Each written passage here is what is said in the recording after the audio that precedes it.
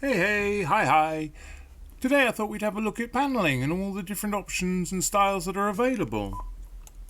So this is the room as it is now, and at some stage it's had its original features, if it had any, panelled over with plasterboard. Now, apart from moving the radiators, which obviously have to be done, and then replacing them with something better in a more suitable position, I would like to add wall panelling, just to give it some character and some features. But I'm aware that it is still a cottage, and therefore the sort of type of panelling that would go in there has to be suitable.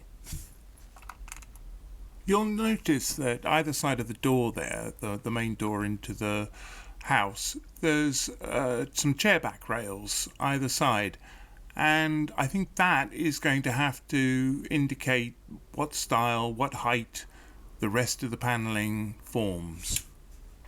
These next three shots are from a Huguenot house in Spitalfields in London, and I thought it was a good inspiration and something to take ideas from because it was built around the same time. They're workmen's cottages, and the panelling is interesting, but it's not lavish. I mean, we're not talking Georgian mansions here that are going to have lots of decorative mouldings. It's nice and frugal and simple, and I thought this would be a good inspiration.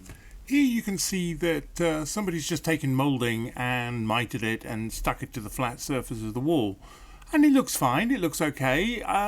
It's probably not my first choice. See, what I much prefer is this, where the central panel looks recessed. To me that looks more substantial and more interesting.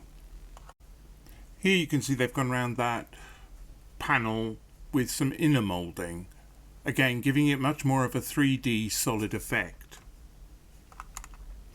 I do love a bit of fancy moulding, don't get me wrong, and I think that is absolutely gorgeous, but for this house it's just not suitable. I think this looks great. I mean, it's simple, but it's interesting, and I do quite like the two-tone effect of painting them different colours, although I think I will probably wind up painting it all the same. I love this image. That's what I would really like it to look like. It's got it all really. It's a beautiful colour, it's a nice simple design, it looks substantial. The only thing that really irritates me about that picture is that the painting is not central to one of the panels, and I do worry about that because I think if you are going to put up pictures, the panelling is going to disappear, but if I was putting one in the middle of one, it would have to go in the middle. Again, great colour. I wish my room had those proportions.